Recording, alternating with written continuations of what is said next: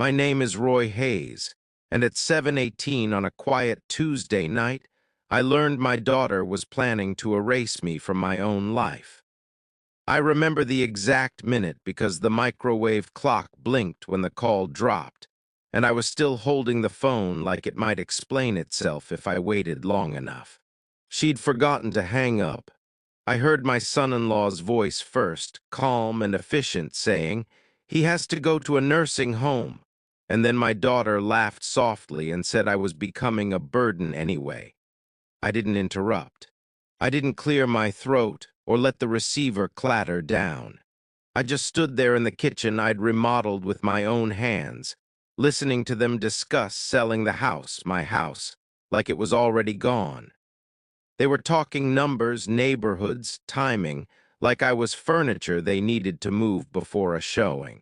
When the line finally went dead, the room felt hollow, like the walls themselves had stepped back from me, and I realized something simple and terrible all at once. They thought I was finished, and they were already spending what they believed was theirs. I didn't cry, I didn't call anyone. I sat down at the table, folded my hands the way my wife used to when she was thinking hard, and decided I wasn't going to argue my way back into my own life. I'd built that house 26 years earlier, back when my wife Ellen and I still had more energy than money, and every board in it carried a memory whether anyone else cared or not. I remembered pouring the foundation in early spring, my boots sinking into wet concrete while Ellen stood nearby with a thermos, laughing at how serious I looked. I remembered installing the bay window in the living room because she wanted a place to read in the afternoons, even though it meant taking on extra weekend work to afford it. That kitchen where I just stood frozen with the phone in my hand was the last room we'd finished. Long nights after my regular shifts, sanding cabinets while Ellen sat at the table sorting screws and telling me about our daughter's day at school. After Ellen died, the house became quieter, but it never felt empty until that phone call. In one careless moment, my daughter had turned it into an asset, a problem to be solved, something standing between her and the life she wanted. The next morning, I called a real estate attorney, Ellen, and I had consulted years before, back when she was sick and wanted everything in order, just in case. He listened without interrupting as I told him what I'd overheard, how my daughter and her husband were already planning my exit. When I finished, he was quiet for a second, then said something that settled me more than sympathy ever could. "Roy, the house is yours. They can't sell it. You can." The market was strong, he explained, especially in my neighborhood. A clean sale, cash offer, no delays. I asked him how fast it could happen, not because I was in a rush, but because I needed to know how much time I still controlled. "A week, maybe less," he said. I thanked him, hung up, and walked through the house one last time, not with nostalgia, but with clarity. I touched the door frames I'd measured twice before cutting, the banister my daughter used to slide down when she thought I wasn't looking, the spot in the hallway where Ellen's laughter still seemed to linger if I stood still long enough. By the end of the week, the papers were signed. The house sold for $890,000, a clean number that looked almost unreal on the page. I arranged for the proceeds to be transferred, packed what I needed, and left the rest exactly as it was. I didn't confront my daughter. I didn't warn her. I let her continue believing the story she'd told herself, that I was confused, dependent, already half gone. She and her husband returned from their business trip 2 days later, smiling and tired in that self-satisfied way people get when they think things are going according to plan. I wasn't there to greet them. The key didn't fit the lock. They stood on the doorstep, luggage still in hand, trying again and again before noticing the envelope taped neatly to the door, my handwriting steady and familiar. I wasn't there to hear the screaming when they read it, but the neighbors told me later how their voices rose, sharp with panic and disbelief, how my daughter kept saying there had to be some mistake. There wasn't. The note was simple. I thanked them for their concern, explained that I'd taken care of my own future, and wished them luck finding a place of their own. I didn't tell them where I was going or invite a discussion. I didn't need to. For the first time since Ellen died, my life was quiet in a way that felt earned. I moved into a small place near the river, nothing fancy, just enough space for my things and my thoughts. Some nights I still replay that phone call in my head, not with anger anymore, but with a strange gratitude for the clarity it gave me. They thought I was a burden because it was convenient. They thought I wouldn't act because I'd always been the one who smoothed things over. Standing on that doorstep, screaming at a locked door, they learned something I'd almost forgotten myself. I was still capable of making decisions, and I didn't need permission to protect what was mine. I didn't hear from my daughter for 3 days after that, which told me more than any apology ever could have.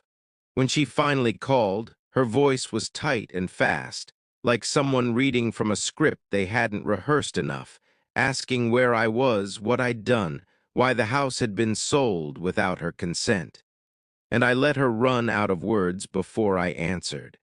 I told her I was fine, that I'd handled my affairs, and that there was nothing left to discuss. And when she shifted into that familiar tone she'd perfected over the years, the one that mixed concern with authority, telling me we needed to talk about my health and my finances and my confusion, I felt something close over inside me, not anger, just a door. I reminded her calmly that I'd managed my finances for decades, that I'd built that house, paid every tax bill on time, and signed every document with a clear hand, and that if she wanted to continue this conversation, she could speak to my attorney. There was a long silence on the line then, the kind where you can hear someone recalculating. And when she finally spoke again, it wasn't as my daughter, but as someone who had just realized she'd misjudged a situation entirely.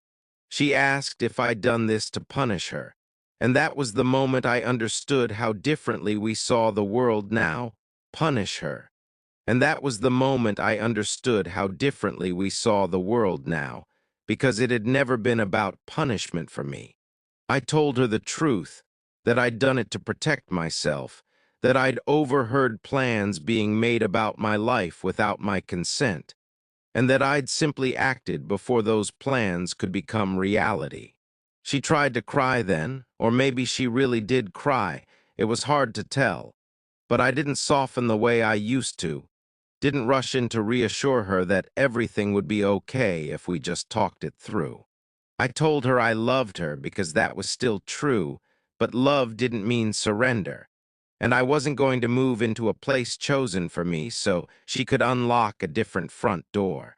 When the call ended, I sat on the edge of my new bed, the river light coming in through the window, and felt a strange mix of grief and relief settle into my bones.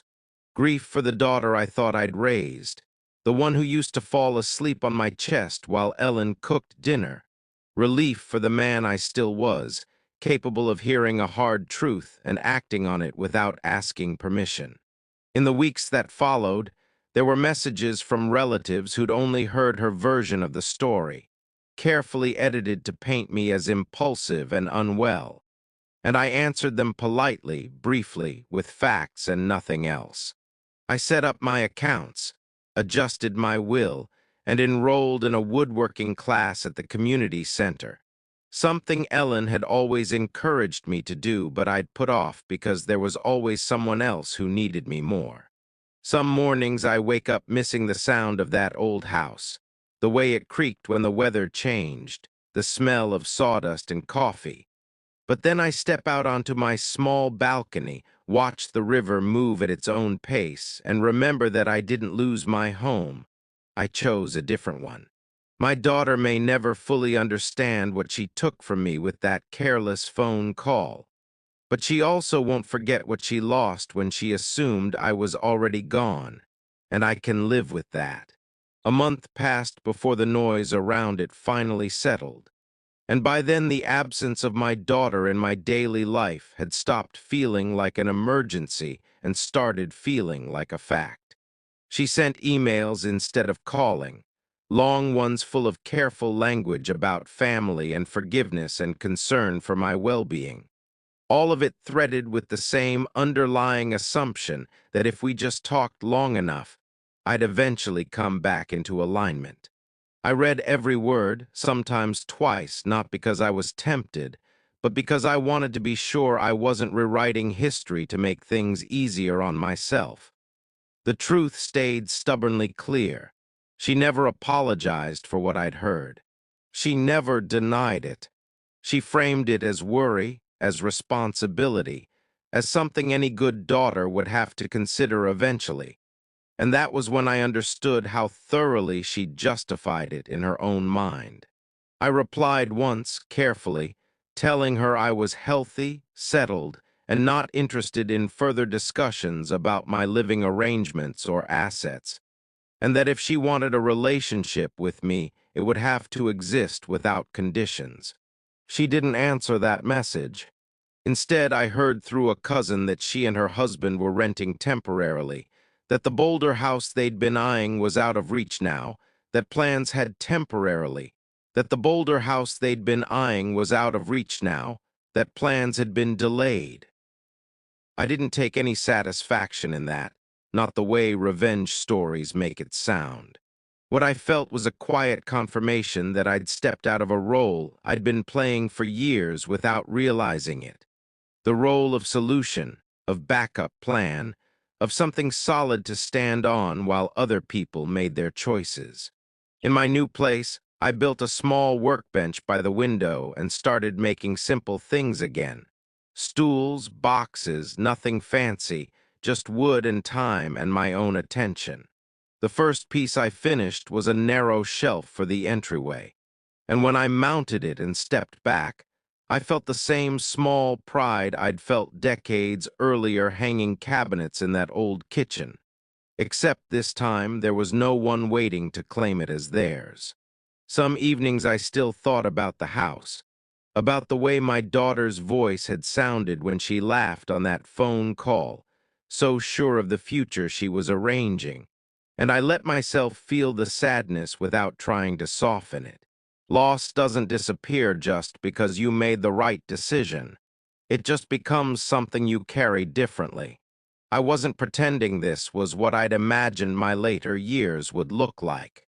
I'd expected dinners together, maybe grandchildren running through those familiar rooms, a sense of continuity. Instead, I'd chosen something quieter, and in its own way, more honest. I stopped explaining myself to people who weren't really asking, stopped defending a choice that didn't need defending, and the world didn't collapse the way I'd been taught it might if I ever put myself first. The last time I saw my daughter in person was at a family gathering that summer, neutral ground, other voices filling the spaces where ours used to be. She hugged me stiffly, told me I looked well, and I told her she did too, and that was all we managed. As I drove home afterward, windows down, warm air moving through the car, I realized I wasn't replaying the conversation or wishing I'd said something different, and that felt like a milestone I hadn't known to look for. I'd spent so many years adjusting, accommodating, making room, that stillness felt unfamiliar but not unwelcome. Back at my place, I made dinner, ate at the small table by the window, and watched the river darken as the sun went down, thinking about how easily people mistake availability for obligation. I didn't know what the future would hold with my daughter, whether time would soften things or simply set them in place, but I knew this much with certainty. I wasn't waiting to be managed, moved, or decided for any more. The house I sold had been a chapter, a long and meaningful one, but it wasn't the sum of me, and neither was the role my daughter had assigned me in her plans.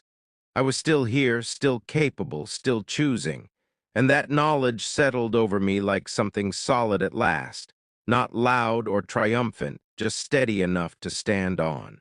By early fall, the routines of my new life had settled into something predictable enough that I stopped measuring days by what was missing and started noticing what was there instead. I volunteered twice a week at the local tool library, repairing donated items that were too worn or stubborn for someone else to bother with. And there was a quiet satisfaction in fixing things stubborn for someone else to bother with. And there was a quiet satisfaction in fixing things without anyone assuming it was my duty. People thanked me genuinely and then took responsibility for what they borrowed, and that balance felt healthier than anything I'd known in years. My daughter didn't come up much in conversation, and when she did, I kept my answers simple, not because I was hiding the truth, but because I'd learned that not every truth needed defending. Around Thanksgiving, she sent a short message saying she hoped I was well and asking if I wanted to join them for dinner, carefully adding that there would be no pressure if I had other plans. I read it once, set the phone down, and didn't feel that old tightening in my chest. I replied the next day, wishing her well and telling her I'd already made plans, which was true. I'd agreed to help a neighbor rebuild a fence that had gone down in a storm, and afterward we were going to share a simple meal and watch the sun drop behind the trees. That evening, standing there with my hands wrapped around a warm mug, I thought about how close I'd come to losing more than a house, how easily I could have been talked out of my own agency if I hadn't heard what I heard when the phone stayed open. I didn't see my daughter as a villain anymore, just as someone who'd let convenience and entitlement dull something essential, and that understanding didn't excuse what she'd done, but it freed me from needing her to become someone else for me to move on. I still loved her in the quiet, distant way you love someone you no longer trust with your vulnerabilities. And maybe one day that distance would shrink, or maybe it wouldn't.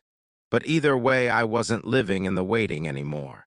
When I turned out the light that night and listened to the river moving steadily in the dark, I felt anchored in a way I hadn't since Ellen was alive. Not because everything was healed, but because nothing was being decided for me behind my back. I'd heard the truth, I'd acted on it, and I was still standing, which in the end felt like enough.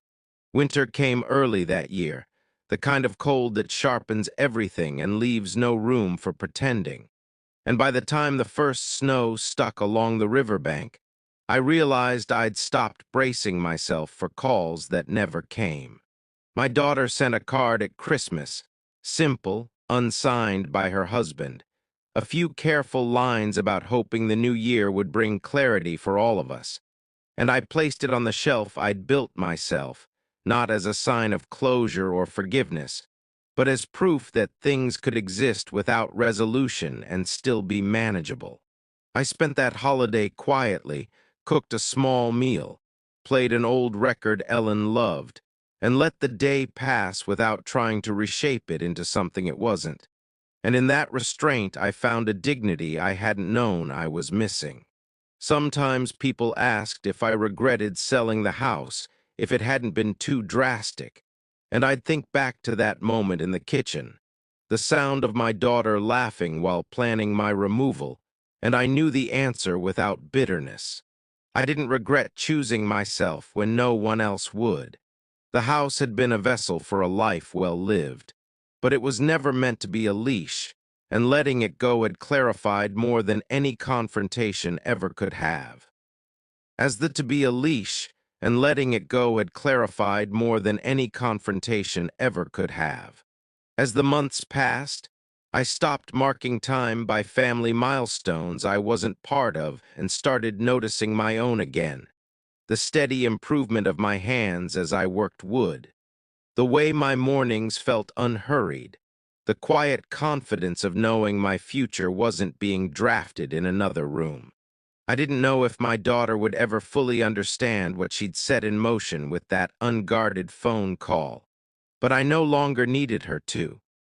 Some lessons arrive late and cost more than we expect, and some boundaries only hold because we're willing to enforce them without applause.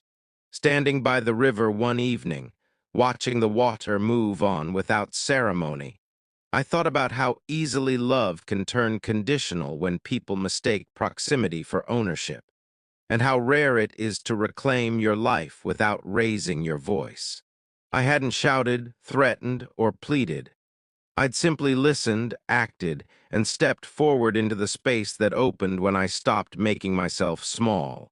And as the light faded and the cold settled in around me, I understood that this, more than the house or the money or the screaming on the doorstep, was what I'd truly gained.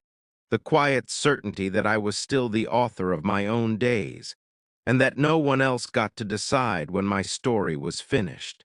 There was one last thing I did that spring that felt like closing a door properly instead of just walking away from it. I sat down at my small desk one morning, sunlight coming in off the river, and wrote my daughter a letter the old-fashioned way, pen on paper.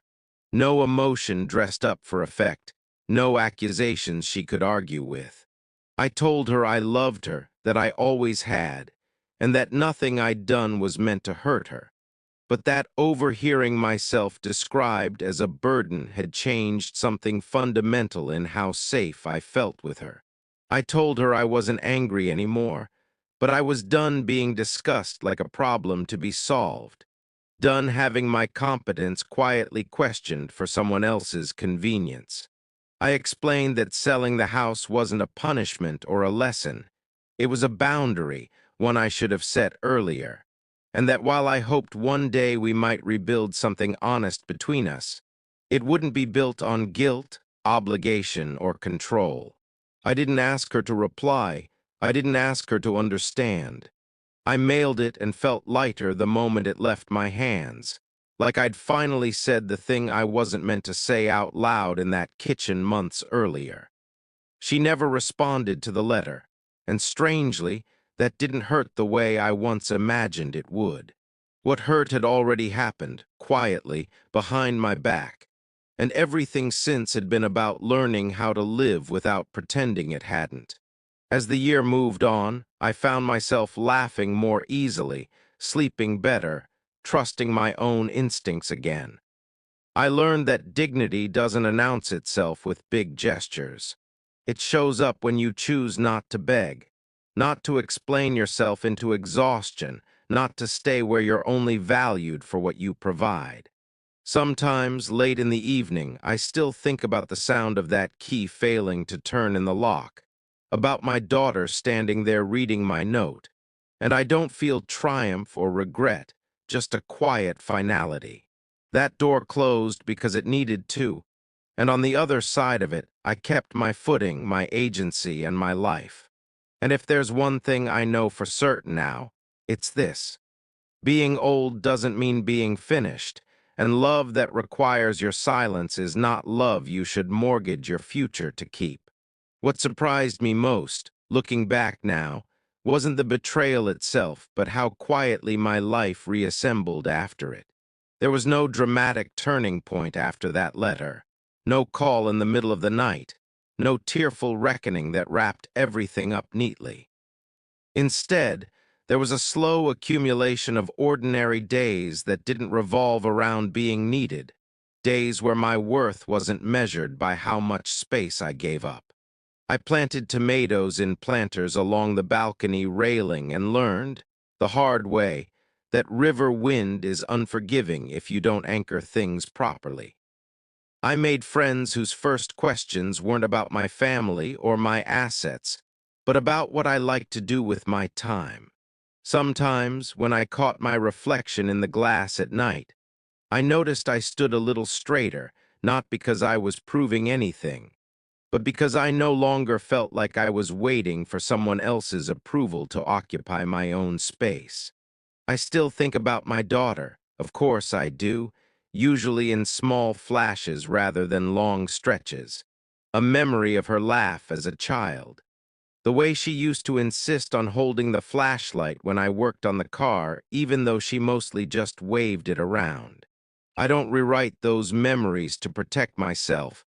and I don't weaponize them to feel justified. They're just part of the story, like the house was, like Ellen was. Like that moment in the kitchen when the phone stayed open a second too long and the truth slipped out unguarded. People talk a lot about forgiveness as if it's an event, something you grant or withhold. But what I learned is that sometimes forgiveness looks like choosing not to chase an explanation that will never satisfy you. It looks like refusing to shrink yourself so someone else doesn't have to feel uncomfortable about what they've done. I don't know where my daughter's life will take her from here, or if there will ever be a day when we sit across from each other and speak honestly about what happened without defensiveness or strategy. What I do know is that I wake up each morning in a place that is mine, with decisions that are mine, and a future that isn't being quietly negotiated without me. The house she thought was hers is gone, yes, but what mattered more is that the assumption behind it is gone too. The belief that my life was something that could be rearranged once I became inconvenient. I didn't raise my voice, I didn't seek revenge, and I didn't disappear. I listened, I acted, and I kept going, and in doing that, I reclaimed something far more valuable than property. I reclaimed the simple, steady knowledge that I am still here, still capable, and still entitled to a life shaped by my own hands, right up until the very end. And if this story stayed with you, if it made you think about dignity, boundaries, or the quiet moments when a life changes without anyone else noticing, then take a second to acknowledge that. Like the video, if you believe self-respect doesn't have an expiration date. Subscribe if you want more real stories about choosing yourself when it's hardest. And leave a comment telling me where you're listening from or what part hit closest to home. Sometimes the quiet stories are the ones we need most, and I'm glad you stayed to the end.